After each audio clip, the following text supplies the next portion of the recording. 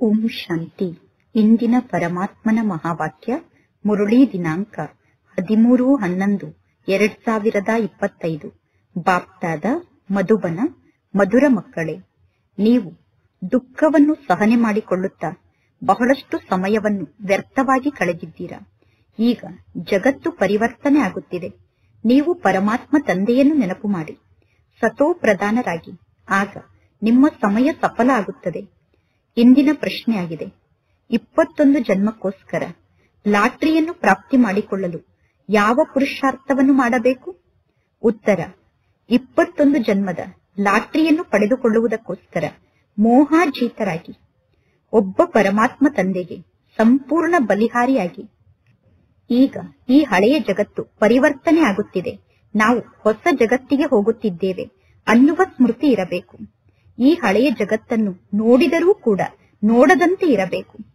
ಸುಧಾಮನಂತೆ ಒಂದು ಮುಷ್ಟಿ ಅವಲಕ್ಕಿಯನ್ನು ಸಫಲ ಮಾಡಿಕೊಂಡು ಸತ್ಯುಗದ ರಾಜ್ಯಭಾಗ್ಯವನ್ನು ಪಡೆದುಕೊಳ್ಳಬೇಕು. ಓಂ ಶಾಂತಿ. ಆತ್ಮಿಕ ಮಕ್ಕಳಿಗೆ ಆತ್ಮಿಕ ತಂದೆ ಕುಳಿತು ತಿಳಿಸುತ್ತಿದ್ದಾರೆ.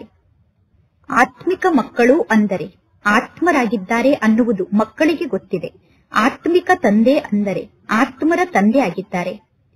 ಆದ್ದರಿಂದ ಈ ಮಿಲನಕ್ಕೆ ಆತ್ಮ ಮತ್ತು ಪರಮಾತ್ಮ ತಂದೆಯ ಮಿಲನ ಎಂದು ಕರೆಯಲಾಗುತ್ತದೆ.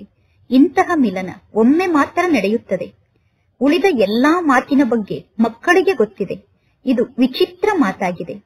ವಿಚಿತ್ರ ತಂದೆ ವಿಚಿತ್ರ ಆತ್ಮರಿಗೆ ಈ ಜ್ಞಾನದ ಮಾತನ್ನು ತಿಳಿಸುತ್ತಿದ್ದಾರೆ. ವಾಸ್ತವದಲ್ಲಿ ಆತ್ಮ ವಿಚಿತ್ರ ಆಗಿದೆ. ವಿಚಿತ್ರ ಆತ್ಮ ಈ ಜಗತ್ತಿಗೆ ಬಂದು ಚಿತ್ರಧಾರಿ ಆಗುತ್ತದೆ, ಅಂದರೆ ಶರೀರಧಾರಿ ಆಗುತ್ತದೆ. ಚಿತ್ರದ ಮೂಲಕ ಆತ್ಮ ಪಾತ್ರವನ್ನು ಅಭಿನಯ ಮಾಡುತ್ತದೆ, ಅಂದರೆ ಶರೀರದ ಮೂಲಕ ಆತ್ಮ ಪಾತ್ರವನ್ನು ಅಭಿನಯ ಮಾಡುತ್ತದೆ. ಎಲ್ಲರ ಶರೀರದಲ್ಲೂ ಆತ್ಮ ಇದೆ, ಪ್ರಾಣಿಗಳಲ್ಲೂ ಕೂಡ ಆತ್ಮ ಇದೆ. ಜಗತ್ತಿನ ಜನ 84 ಲಕ್ಷ ಯೋನಿ ಎಂದು ಹೇಳುತ್ತಾರೆ. 84 ಲಕ್ಷ ಯೋನಿಯಲ್ಲಿ ಎಲ್ಲಾ ಪ್ರಾಣಿಗಳೂ ಕೂಡ ಬರುತ್ತದೆ. ಬಹಳಷ್ಟು ಪ್ರಾಣಿ ಮುಂತಾದದ್ದು ಇದೆ. ಪರಮಾತ್ಮ ತಂದೆ ತಿಳಿಸುತ್ತಾರೆ, ಈ ಎಲ್ಲಾ ಮಾತಿನ ಆಳಕ್ಕೆ ಹೋಗಿ ನೀವು ನಿಮ್ಮ ಸಮಯವನ್ನು ವ್ಯರ್ಥವಾಗಿ ಕಳೆಯಬೇಡಿ. ಈ ಜ್ಞಾನ ಗೊತ್ತಿಲ್ಲದೆ ಇರುವ ಕಾರಣ ಮನುಷ್ಯರ ಸಮಯ ಬಹಳಷ್ಟು ವ್ಯರ್ಥ ಆಗುತ್ತಿದೆ. ಈ ಸಮಯದಲ್ಲಿ ಇಲ್ಲಿ ಪರಮಾತ್ಮ ತಂದೆ ಕುಳಿತು ಮಕ್ಕಳಿಗೆ ಶಿಕ್ಷಣವನ್ನು ಕಲಿಸುತ್ತಿದ್ದಾರೆ. ಈಗ ಶಿಕ್ಷಣವನ್ನು ಕಲಿತು ನಂತರ ಪುನಃ ಅರ್ಧ ಕಲ್ಪಕ್ಕೋಸ್ಕರ ನೀವು ಪದವಿಯನ್ನು ಪಡೆದುಕೊಳ್ಳುತ್ತೀರಾ. ಸತ್ಯಯುಗದಲ್ಲಿ ನಿಮಗೆ ಯಾವುದೇ ಪ್ರಕಾರದ ಕಷ್ಟ ಇರುವುದಿಲ್ಲ. ಸತ್ಯಯುಗದಲ್ಲಿ ದುಃಖವನ್ನು ಸಹನೆ ಮಾಡುತ್ತಾ ದುಃಖದಲ್ಲಿ ನಿಮ್ಮ ಸಮಯ ವ್ಯರ್ಥ ಆಗುವುದಿಲ್ಲ. ಈ ಕಲಿಯುಗದಲ್ಲಿ ಅಪಾರ ದುಃಖ ಇದೆ. ಆದ್ದರಿಂದ ಕಲಿಯುಗದಲ್ಲಿ ಎಲ್ಲರೂ ಪರಮಾತ್ಮ ತಂದೆಯನ್ನು ನೆನಪು ಮಾಡುತ್ತಾರೆ. ಪರಮಾತ್ಮ ತಂದೆ, ಈ ದುಃಖದಲ್ಲಿ ನಮ್ಮ ಸಮಯ ಬಹಳಷ್ಟು ವ್ಯರ್ಥ ಆಗುತ್ತಿದೆ, ಆದ್ದರಿಂದ ಈ ದುಃಖದಿಂದ ನಮ್ಮನ್ನು ಮುಕ್ತ ಮಾಡಿ ಎಂದು ಎಲ್ಲರೂ ತಂದೆಯನ್ನು ನೆನಪು ಮಾಡುತ್ತಾರೆ. ಸುಖ ಇದ್ದಾಗ ಎಂದು ಸಮಯ ವ್ಯರ್ಥ ಆಯಿತು ಎಂದು ಹೇಳುವುದಿಲ್ಲ. ಈಗ ನಿಮಗೆ ಗೊತ್ತಿದೆ, ಈ ಸಮಯದಲ್ಲಿ ಮನುಷ್ಯರಿಗೆ ಯಾವುದೇ ಪ್ರಕಾರದ ಬೆಲೆ ಇಲ್ಲ. ಈ ಸಮಯದಲ್ಲಿ ಈ ಜಗತ್ತಿನಲ್ಲಿ ಇರುವ ಮನುಷ್ಯರಿಗೆ ಯಾವ ಬೆಲೆಯೂ ಇಲ್ಲ. ಮನುಷ್ಯರನ್ನು ನೋಡಿ ಇದ್ದಕ್ಕಿದ್ದಂತೆ ಅಚಾನಕ್ಕಾಗಿ ಸಾಯುತ್ತಾರೆ. ಒಮ್ಮೆ ಬಿರುಗಾಳಿ ಬೀಸಿದರೆ ಆ ಬಿರುಗಾಳಿಯಲ್ಲಿ ಎಷ್ಟೋ ಜನ ಸಾಯುತ್ತಾರೆ. ರಾವಣ ರಾಜ್ಯದಲ್ಲಿ ಮನುಷ್ಯರಿಗೆ ಯಾವುದೇ ಪ್ರಕಾರದ ಬೆಲೆ ಇಲ್ಲ. ಈಗ ಪರಮಾತ್ಮ ತಂದೆ ನಿಮ್ಮನ್ನು ಎಷ್ಟೊಂದು ಬೆಲೆ ಬಾಳುವಂತಹ ಆತ್ಮರನ್ನಾಗಿ ಮಾಡುತ್ತಾರೆ. 1 ಪೈಸೆಯಷ್ಟು ಬೆಲೆ ಬಾಳದೇ ಇದ್ದಂತಹ ನೀವು ಈಗ ಬೆಲೆ ಬಾಳುವಂತಹ ಆತ್ಮರಾಗುತ್ತೀರಾ. ಗಾಯನ ಕೂಡ ಇದೆ, ನಿಮ್ಮ ಈ ಜನ್ಮ ವಜ್ರ ಸಮಾನ ಅಮೂಲ್ಯ ಜನ್ಮ ಆಗಿದೆ ಎಂದು. ಈ ಸಮಯದಲ್ಲಿ ಮನುಷ್ಯರು ಕವಡೆಯ ಹಿಂದೆ ಹೋಗುತ್ತಿದ್ದಾರೆ. ಮನುಷ್ಯರು ಸಂಪಾದನೆಯನ್ನು ಮಾಡಿ ಲಕ್ಷಾಧಿಪತಿಗಳಾಗುತ್ತಾರೆ, ಕೋಟ್ಯಾಧಿಪತಿಗಳಾಗುತ್ತಾರೆ, ಪದಂಪತಿಗಳಾಗುತ್ತಾರೆ. ಅಂದ ಮೇಲೆ ಆ ಮನುಷ್ಯರ ಸಂಪೂರ್ಣ ಬುದ್ಧಿ ಆ ಕವಡೆಯ ಹಿಂದೆ ಇರುತ್ತದೆ, ಅಂದರೆ ಸ್ಥೂಲ ಧನದ ಹಿಂದೆ ಇರುತ್ತದೆ. ಅಂತಹ ವ್ಯಕ್ತಿಗಳಿಗೆ ಪರಮಾತ್ಮ ತಂದೆ ತಿಳಿಸುತ್ತಾರೆ, ಈಗ ಈ ಎಲ್ಲಾ ವಸ್ತುವನ್ನು ಮರೆತು ಒಬ್ಬ ಪರಮಾತ್ಮ ತಂದೆಯನ್ನು ನೆನಪು ಮಾಡಿ ಎಂದು. ಆದರೆ ಯಾರ ಬುದ್ಧಿ ಹಣದ ಹಿಂದೆ ಇದೆಯೋ ಅವರು ತಂದೆಯ ಮಾತನ್ನು ಸ್ವೀಕಾರ ಮಾಡುವುದಿಲ್ಲ. ಕಲ್ಪದ ಮೊದಲು ಯಾರ ಬುದ್ಧಿಯಲ್ಲಿ ಜ್ಞಾನ ಧಾರಣೆ ಆಗಿತ್ತೋ ಈಗಲೂ ಅವರ ಬುದ್ಧಿಯಲ್ಲೇ ಜ್ಞಾನ ಧಾರಣೆ ಆಗುತ್ತದೆ. ಇಲ್ಲದಿದ್ದರೆ ನೀವು ಎಷ್ಟೇ ಜ್ಞಾನವನ್ನು ತಿಳಿಸಿದರೂ ಕೂಡ ಎಂದು ಅವರ ಬುದ್ಧಿಯಲ್ಲಿ ಜ್ಞಾನ ಧಾರಣೆ ಆಗುವುದಿಲ್ಲ. ಈಗ ನಿಮಗೆ ನಂಬರ್ ವಾರಾಗಿ ಗೊತ್ತಿದೆ, ಈಗ ಈ ಜಗತ್ತು ಪರಿವರ್ತನೆ ಆಗುತ್ತಿದೆ ಎಂದು. ಜಗತ್ತು ಪರಿವರ್ತನೆ ಆಗುತ್ತಿದೆ ಎಂದು ನೀವೀಗ ನಂಬರ್ ವಾರಾಗಿ ಅರ್ಥ ಮಾಡಿಕೊಂಡಿದ್ದೀರಾ. ಬಲೆ ಹೊರಗಡೆ ನೀವು ಬೋರ್ಡ್ನಲ್ಲಿ ಬರೆಯಬಹುದು, ಈಗ ಜಗತ್ತು ಪರಿವರ್ತನೆ ಆಗುತ್ತಿದೆ ಎಂದು. ಜಗತ್ತು ಪರಿವರ್ತನೆ ಆಗುತ್ತಿದೆ ಎಂದು ನೀವು ಬೋರ್ಡ್ನಲ್ಲಿ ಬರೆದರೂ ಕೂಡ ಜನ ಆ ಮಾತನ್ನು ಅರ್ಥ ಮಾಡಿಕೊಳ್ಳುವುದಿಲ್ಲ. ಎಲ್ಲಿಯವರೆಗೂ ನೀವು ಅವರಿಗೆ ತಿಳಿಸುವುದಿಲ್ಲವೋ ಅಲ್ಲಿಯವರೆಗೂ ಅವರು ಈ ಜ್ಞಾನದ ಮಾತನ್ನು ಅರ್ಥ ಮಾಡಿಕೊಳ್ಳುವುದಿಲ್ಲ. ಒಳ್ಳೆಯದು, ಕೆಲವರು ಅರ್ಥ ಮಾಡಿಕೊಂಡರೂ ಕೂಡ ಪುನಃ ಪರಮಾತ್ಮ ತಂದೆಯನ್ನು ನೆನಪು ಮಾಡಿ, ಆಗ ನೀವು ಸತೋ ಪ್ರಧಾನರಾಗುತ್ತೀರಾ ಎಂದು ಅವರಿಗೆ ತಿಳಿಸಬೇಕಾಗುತ್ತದೆ. ಜ್ಞಾನ ಬಹಳ ಸಹಜ ಆಗಿದೆ. ಸೂರ್ಯವಂಶಿ ಮತ್ತು ಚಂದ್ರವಂಶಿ ಮನೆತನ ಈಗ ಸ್ಥಾಪನೆ ಆಗುತ್ತಿದೆ. ಈಗ ಈ ಜಗತ್ತು ಪರಿವರ್ತನೆ ಆಗುತ್ತಿದೆ. ಜಗತ್ತನ್ನು ಪರಿವರ್ತನೆ ಮಾಡುತ್ತಿರುವಂತವರು ಒಬ್ಬ ಪರಮಾತ್ಮ ತಂದೆಯಾಗಿದ್ದಾರೆ. ಆ ಪರಮಾತ್ಮ ತಂದೆಯ ಬಗ್ಗೆ ನಂಬರ್ ವಾರ್ ಪುರುಷಾರ್ಥದ ಅನುಸಾರ ನಿಮಗೆ ಯಥಾರ್ಥವಾಗಿ ಗೊತ್ತಿದೆ. ಮಾಯಿ ಪುರುಷಾರ್ಥವನ್ನು ಮಾಡಲು ಬಿಡುವುದಿಲ್ಲ. ಆದರೂ ಕೂಡ ಮಕ್ಕಳು ತಿಳಿದುಕೊಳ್ಳುತ್ತಾರೆ, ನಾಟಕದ ಅನುಸಾರ ಇಂಥವರು ಜಾಸ್ತಿ ಪುರುಷಾರ್ಥವನ್ನು ಮಾಡುವುದಿಲ್ಲ ಎಂದು. ಈಗ ಮಕ್ಕಳಾದ ನಿಮಗೆ ಗೊತ್ತಿದೆ, ನಾವು ಪರಮಾತ್ಮ ತಂದೆಯ ಶ್ರೀಮತದಂತೆ ನಡೆದು ನಮಗೋಸ್ಕರ ಈ ಜಗತ್ತನ್ನು ಪರಿವರ್ತನೆ ಮಾಡಿಕೊಳ್ಳುತ್ತಿದ್ದೇವೆ. ಶ್ರೀಮತ ಒಬ್ಬ ಪರಮಾತ್ಮ ಶಿವತಂದೆಯದ್ದಾಗಿದೆ. ಒಬ್ಬ ಪರಮಾತ್ಮ ಶಿವತಂದೆ ಶ್ರೀಮತವನ್ನು ನೀಡುತ್ತಿದ್ದಾರೆ. ಶಿವಬಾಬಾ ಶಿವಬಾಬಾ ಎಂದು ಹೇಳುವುದು ಬಹಳ ಸಹಜ ಆಗಿದೆ. ನಿಮ್ಮನ್ನು ಬಿಟ್ಟು ಬೇರೆ ಯಾರಿಗೂ ಶಿವತಂದೆಯ ಬಗ್ಗೆ ಗೊತ್ತಿಲ್ಲ. ನಿಮ್ಮನ್ನು ಬಿಟ್ಟು ಬೇರೆ ಯಾರಿಗೂ ತಂದೆ ನೀಡುವಂತಹ ಆಸ್ತಿಯ ಬಗ್ಗೆ ಗೊತ್ತಿಲ್ಲ. ಬಾಬಾ ಅಂದರೆ ಆಸ್ತಿ. ಬಾಬಾ ಎಂದು ಕರೆದ ತಕ್ಷಣ ಆಸ್ತಿ ಪ್ರಾಪ್ತಿಯಾಗುತ್ತದೆ. ಶಿವತಂದೆಯ ಜೊತೆ ಸತ್ಯವಂತರಾಗಿರಬೇಕು.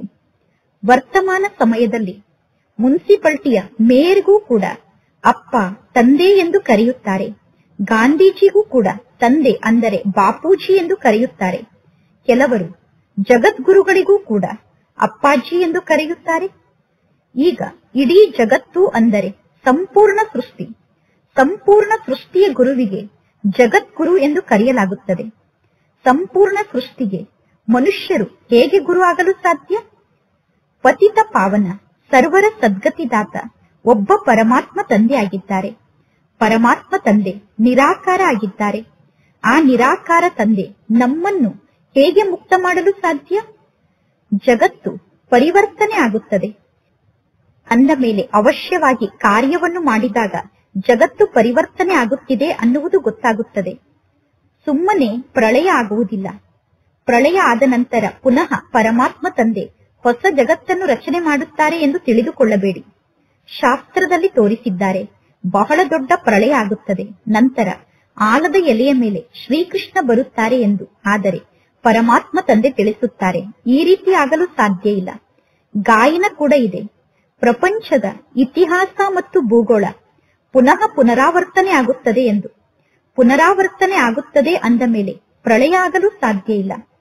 ಈಗ ನಿಮ್ಮ ಮನಸ್ಸಿನಲ್ಲಿ ಇದೆ, ಈಗ ಈ ಹಳೆಯ ಜಗತ್ತು ಪರಿವರ್ತನೆ ಆಗುತ್ತಿದೆ.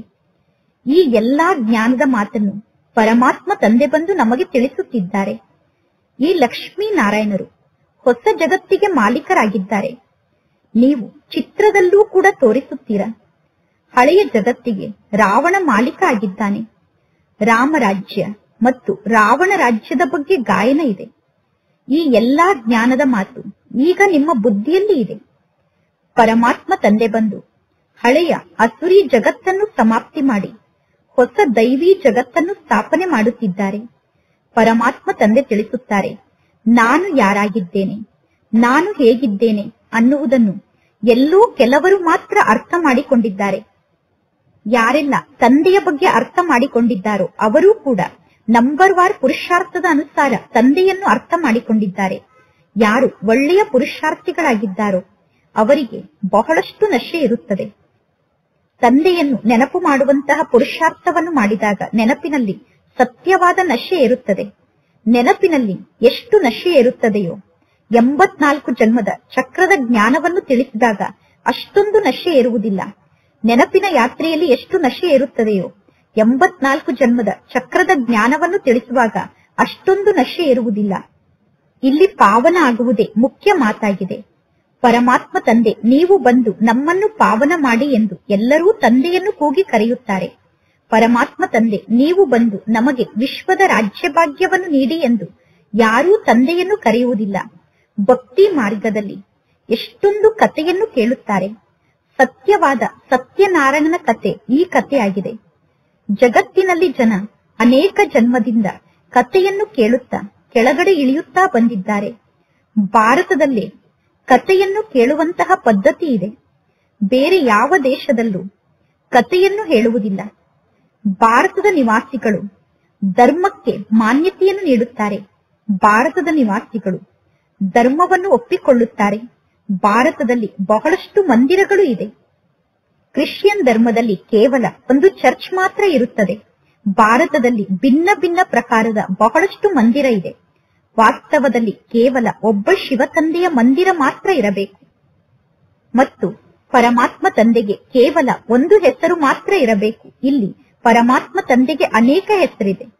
ವಿದೇಶದವರು ಕೂಡ ಮಂದಿರವನ್ನು ನೋಡುವುದಕ್ಕೋಸ್ಕರ ಭಾರತಕ್ಕೆ ಬರುತ್ತಾರೆ. ಪ್ರಾಚೀನ ಭಾರತ ಹೇಗಿತ್ತು ಅನ್ನುವುದು ಪಾಪ ಅವರಿಗೆ ಗೊತ್ತಿಲ್ಲ. 5000 ವರ್ಷಕ್ಕಿಂತ ಹಳೆಯದಾದಂತಹ ಯಾವ ವಸ್ತುವು ಈ ಜಗತ್ತಿನಲ್ಲಿ ಇರುವುದಿಲ್ಲ. ಲಕ್ಷಾಂತರ ವರ್ಷದ ಹಳೆಯ ವಸ್ತು ನನಗೆ ಸಿಕ್ಕಿದೆ ಎಂದು ಜಗತ್ತಿನ ಜನ ತಿಳಿದುಕೊಳ್ಳುತ್ತಾರೆ. ಪರಮಾತ್ಮ ತಂದೆ ತಿಳಿಸುತ್ತಾರೆ, ಮಂದಿರದಲ್ಲಿ ಎಷ್ಟೆಲ್ಲ ಮೂರ್ತಿಯನ್ನು ನಿರ್ಮಾಣ ಮಾಡುತ್ತಾರೋ ಆ ಮೂರ್ತಿಗಳು ನಿರ್ಮಾಣ ಆಗಿ ಕೇವಲ 2500 ವರ್ಷ ಆಗಿದೆ. ಮೊಟ್ಟ ಮೊದಲು ಕೇವಲ ಒಬ್ಬ ಶಿವತಂದೆಯ ಪೂಜೆ ನಡೆಯುತ್ತದೆ. ಶಿವತಂದೆಯ ಪೂಜೆ ಅವ್ಯಭಿಚಾರಿ ಪೂಜೆ ಆಗಿದೆ. ಹಾಗೆ ನೋಡಿದರೆ ಅವ್ಯಭಿಚಾರಿ ಜ್ಞಾನ ಎಂದು ಕರೆಯಲಾಗುತ್ತದೆ. ಮೊದಲು ಅವ್ಯಭಿಚಾರಿ ಪೂಜೆ ನಡೆಯುತ್ತಿತ್ತು. ನಂತರ ಪೂಜೆ ಕೂಡ ವ್ಯಭಿಚಾರಿ ಪೂಜೆ ಆಯಿತು. ಈಗ ನೋಡಿ, ನೀರಿನ ಪೂಜೆಯನ್ನು ಮಾಡುತ್ತಾರೆ, ಮಣ್ಣಿನ ಪೂಜೆಯನ್ನು ಮಾಡುತ್ತಿರುತ್ತಾರೆ. ಈಗ ಬೇಹದ್ದಿನ ತಂದೆ ತಿಳಿಸುತ್ತಾರೆ, ನೀವು ಭಕ್ತಿ ಮಾರ್ಗದಲ್ಲಿ ಎಷ್ಟೊಂದು ಹಣವನ್ನು ಕಳೆದುಕೊಂಡಿದ್ದೀರಾ. ಭಕ್ತಿಯಲ್ಲಿ ಬಹಳಷ್ಟು ಶಾಸ್ತ್ರ ಇದೆ, ಬಹಳಷ್ಟು ಚಿತ್ರಗಳಿದೆ, ಅನೇಕ ಗೀತೆಗಳನ್ನು ಕೂಡ ನಿರ್ಮಾಣ ಮಾಡಿದ್ದಾರೆ. ಈ ಎಲ್ಲಾ ವಸ್ತುಗಳಿಗೋಸ್ಕರ ಹಣವನ್ನು ಖರ್ಚು ಮಾಡುತ್ತಾ ನೋಡಿ ನಿಮ್ಮ ಪರಿಸ್ಥಿತಿ ಏನಾಗಿದೆ. ನಿನ್ನೆ ನಾನು ನಿಮ್ಮನ್ನು ಡಬ್ಬಲ್ ಕಿರೀಟಧಾರಿಯನ್ನಾಗಿ ಮಾಡಿದ್ದೆ. ಪುನಃ ಈಗ ನೀವು ಎಷ್ಟೊಂದು ಕಂಗಾಲಾಗಿದ್ದೀರಾ. ಇದು ನಿನ್ನೆಯ ಮಾತಾಗಿದೆ. ನಿಮಗೆ ಗೊತ್ತಿದೆ, ಅವಶ್ಯವಾಗಿ ನಾವು 84 ಜನ್ಮದ ಚಕ್ರದಲ್ಲಿ ಬಂದಿದ್ದೇವೆ. ಈಗ ಪುನಃ ನಾವು ಈ ರೀತಿ ದೇವತೆಗಳಾಗುತ್ತಿದ್ದೇವೆ. ಬಾಬಾರವರ ಮೂಲಕ ನಾವು ಆಸ್ತಿಯನ್ನು ಪಡೆದುಕೊಳ್ಳುತ್ತಿದ್ದೇವೆ. ಪರಮಾತ್ಮ ತಂದೆ ಗಳಿಗೆಗಳಿಗೆಗೂ ಮಕ್ಕಳ ಮೂಲಕ ಪುರುಷಾರ್ಥವನ್ನು ಮಾಡಿಸುತ್ತಾರೆ. ಗೀತೆಯಲ್ಲೂ ಕೂಡ ಮನ್ ಮನಾಭವ ಅನ್ನುವ ಶಬ್ದ ಇದೆ. ಭಗವದ್ಗೀತೆಯಲ್ಲಿ ಕೆಲವೊಂದು ಅಕ್ಷರ ಸರಿಯಾದ ಅಕ್ಷರ ಆಗಿದೆ. ಗೀತೆಯಲ್ಲಿ ಕೆಲವೊಂದು ಸರಿಯಾದ ಶಬ್ದ ಇದೆ.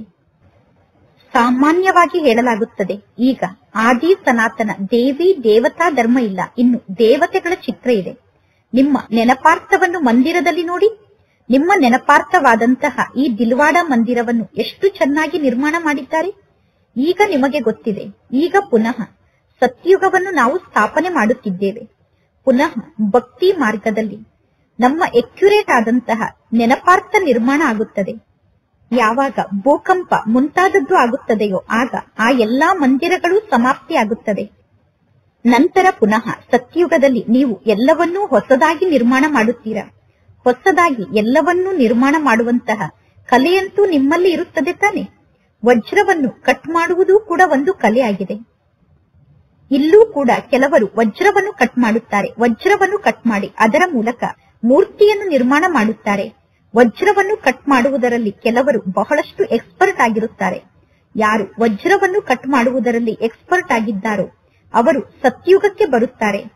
ಅವರು ಸತ್ಯುಗಕ್ಕೆ ಬಂದಾಗ ವಜ್ರವನ್ನು ಕಟ್ ಮಾಡುವಂತಹ ಆ ಕಲೆ ಕೂಡ ಅವರ ಜೊತೆಗೆ ಸತ್ಯುಗಕ್ಕೆ ಬರುತ್ತದೆ. ನಿಮಗೆ ಗೊತ್ತಿದೆ, ಸತ್ಯುಗದಲ್ಲಿ ನಿಮ್ಮ ಜೀವನದಲ್ಲಿ ಅಪಾರ ಸುಖ ಇರುತ್ತದೆ. ಸತ್ಯುಗದಲ್ಲಿ ಈ ಲಕ್ಷ್ಮೀ ನಾರಾಯಣರ ರಾಜ್ಯ ಇತ್ತು. ಸತ್ಯುಗದ ಹೆಸರೇ ಸ್ವರ್ಗ ಆಗಿದೆ. ಸತ್ಯುಗದಲ್ಲಿ 100% ನೀವು ಸಂಪತ್ತಿನಿಂದ ಸಂಪನ್ನ ಆಗಿರುತ್ತೀರಾ.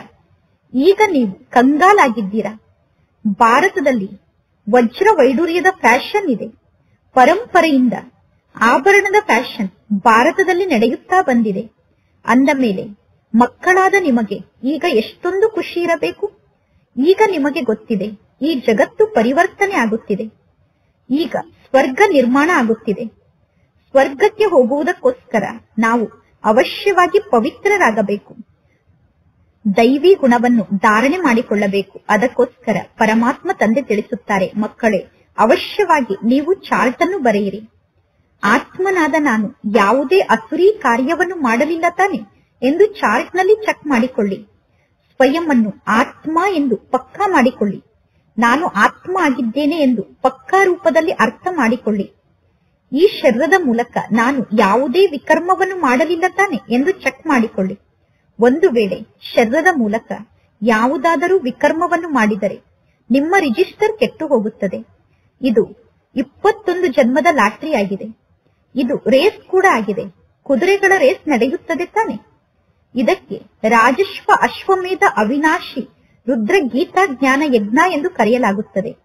ಸ್ವರಾಜ್ಯವನ್ನು ಪಡೆದುಕೊಳ್ಳುವುದಕ್ಕೋಸ್ಕರ ಅಶ್ವ ಅಂದರೆ ಆತ್ಮರಾದ ನೀವು ಈ ರೇಸ್ನಲ್ಲಿ ಓಡಬೇಕು. ಈಗ ನಾವು ವಾಪಸ್ ಮನೆಗೆ ಹೋಗಬೇಕು. ಆ ನಮ್ಮ ಮನೆಗೆ ಮಧುರವಾದ ಶಾಂತಿಯ ಮನೆ ಎಂದು ಕರೆಯಲಾಗುತ್ತದೆ. ಈ ಎಲ್ಲಾ ಜ್ಞಾನದ ಶಬ್ದವನ್ನು ಈಗ ನೀವು ಕೇಳಿಸಿಕೊಳ್ಳುತ್ತಿದ್ದೀರಾ.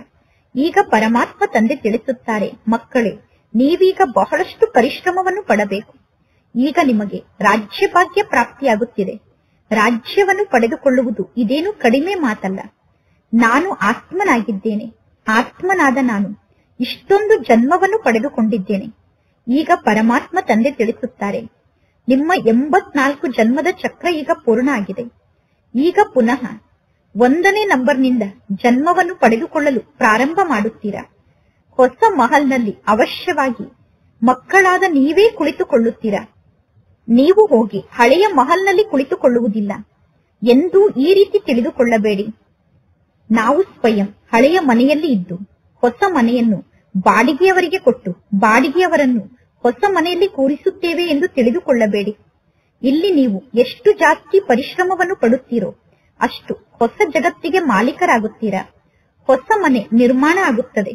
ಅಂದ ಮೇಲೆ ಎಲ್ಲರ ಮನಸ್ಸಿನಲ್ಲೂ ವಿಚಾರ ಬರುತ್ತದೆ, ನಾನೀಗ ಈ ಹಳೆಯ ಮನೆಯನ್ನು ಬಿಟ್ಟು ಹೊಸ ಮನೆಗೆ ಹೋಗಿ ಕುಳಿತುಕೊಳ್ಳಬೇಕು ಎಂದು.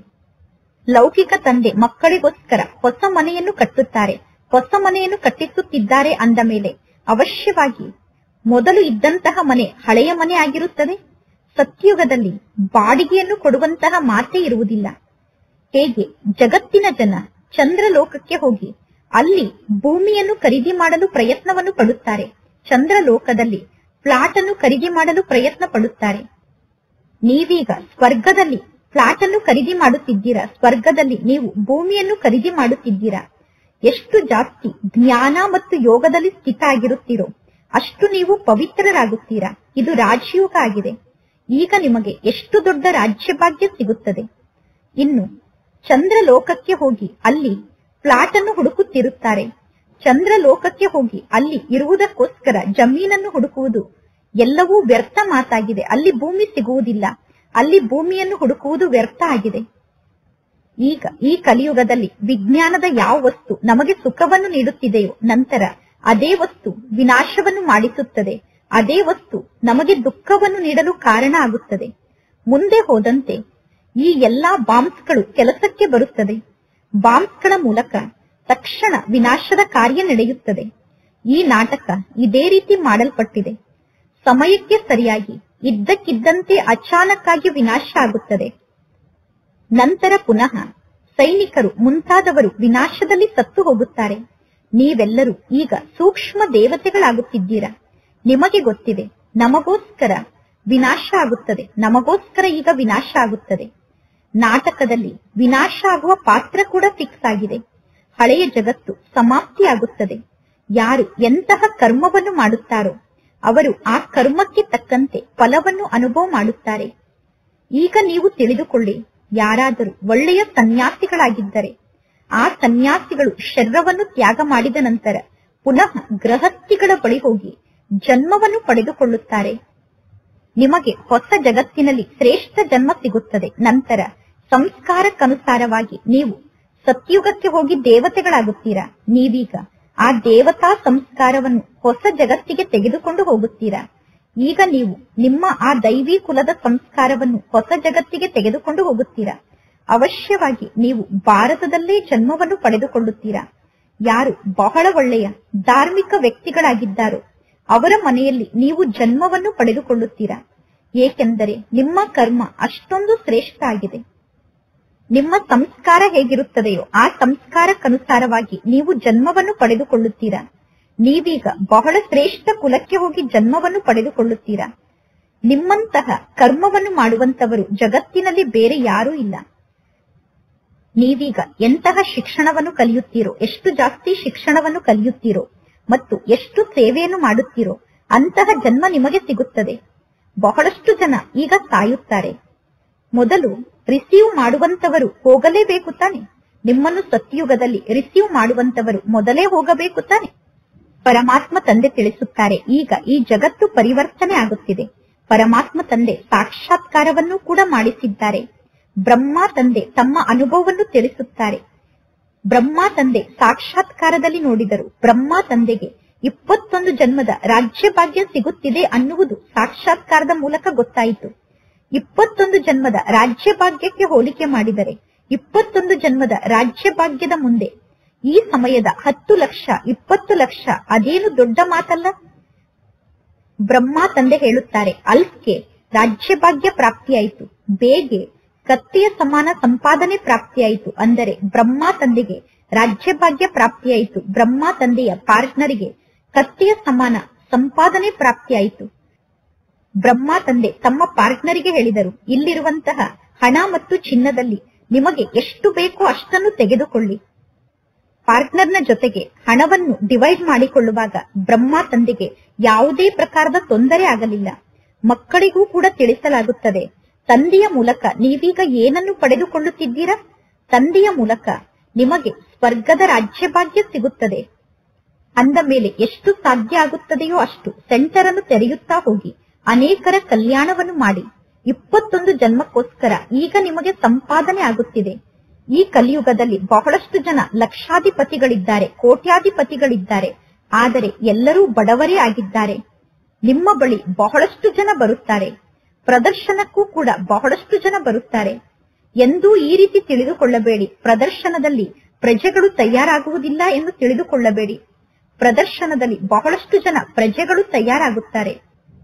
ಪ್ರದರ್ಶನದಲ್ಲಿ ಜ್ಞಾನವನ್ನು ಕೇಳಿ ಅನೇಕರು ಜ್ಞಾನ ಚೆನ್ನಾಗಿದೆ ಚೆನ್ನಾಗಿದೆ ಎಂದು ಹೇಳುತ್ತಾರೆ. ಆದರೆ ಪುನಃ ಹೇಳುತ್ತಾರೆ, ಜ್ಞಾನವನ್ನು ಕೇಳಲು ನನಗೆ ಸಮಯ ಇಲ್ಲ ಎಂದು. ಸ್ವಲ್ಪ ಜ್ಞಾನವನ್ನು ಕೇಳಿದರೂ ಕೂಡ ಅವರು ಸತ್ಯುಗದಲ್ಲಿ ಪ್ರಜಾ ಪದವಿಯನ್ನು ಪಡೆದುಕೊಳ್ಳುತ್ತಾರೆ. ಏಕೆಂದರೆ ಎಂದು ಈ ಅವಿನಾಶಿ ಜ್ಞಾನದ ವಿನಾಶ ಆಗುವುದಿಲ್ಲ. ಶಿವತಂದೆಯ ಪರಿಚಯವನ್ನು ನೀಡುವುದು ಇದೇನು ಕಡಿಮೆ ಮಾತಲ್ಲ. ಕೆಲವರಿಗೆ ಪರಮಾತ್ಮ ತಂದೆಯ ಪರಿಚಯವನ್ನು ಕೇಳಿ ರೋಮಾಂಚನ ಆಗುತ್ತದೆ. ಒಂದು ವೇಳೆ ಶ್ರೇಷ್ಠ ಪದವಿಯನ್ನು ಪಡೆದುಕೊಳ್ಳಬೇಕು ಎಂದು ನೀವು ಬಯಸಿದರೆ ನೀವು ಪುರುಷಾರ್ಥದಲ್ಲಿ ತೊಡಗಬೇಕು. ಪರಮಾತ್ಮ ತಂದೆ ಮಕ್ಕಳ ಮೂಲಕ ಹಣವನ್ನು ತೆಗೆದುಕೊಳ್ಳುವುದಿಲ್ಲ. ಮಕ್ಕಳ ಒಂದೊಂದು ಹನಿ ಹಣದ ಮೂಲಕ ಒಂದು ಕೆರೆಯೇ ನಿರ್ಮಾಣ ಆಗುತ್ತದೆ. ಮಕ್ಕಳು ನೀಡುವಂತಹ 1 ರೂಪಾಯಿ ಹಣದ ಮೂಲಕ ಒಂದು ಕೆರೆಯೇ ನಿರ್ಮಾಣ ಆಗುತ್ತದೆ. ಕೆಲವು ಮಕ್ಕಳು ಬಾಬಾರವರಿಗೆ 1 ರೂಪಾಯಿಯನ್ನು ಕಳಿಸುತ್ತಾರೆ. 1 ರೂಪಾಯಿಯನ್ನು ಕಳಿಸಿ ಬಾಬಾರವರಿಗೆ ಹೇಳುತ್ತಾರೆ, ಬಾಬಾ ನಿಮ್ಮ ಮನೆಯ ನಿರ್ಮಾಣ ನಿಮಗೆ ಸ್ವರ್ಗದ ರಾಜ್ಯ ಭಾಗ್ಯ ಸಿಗುತ್ತದೆ.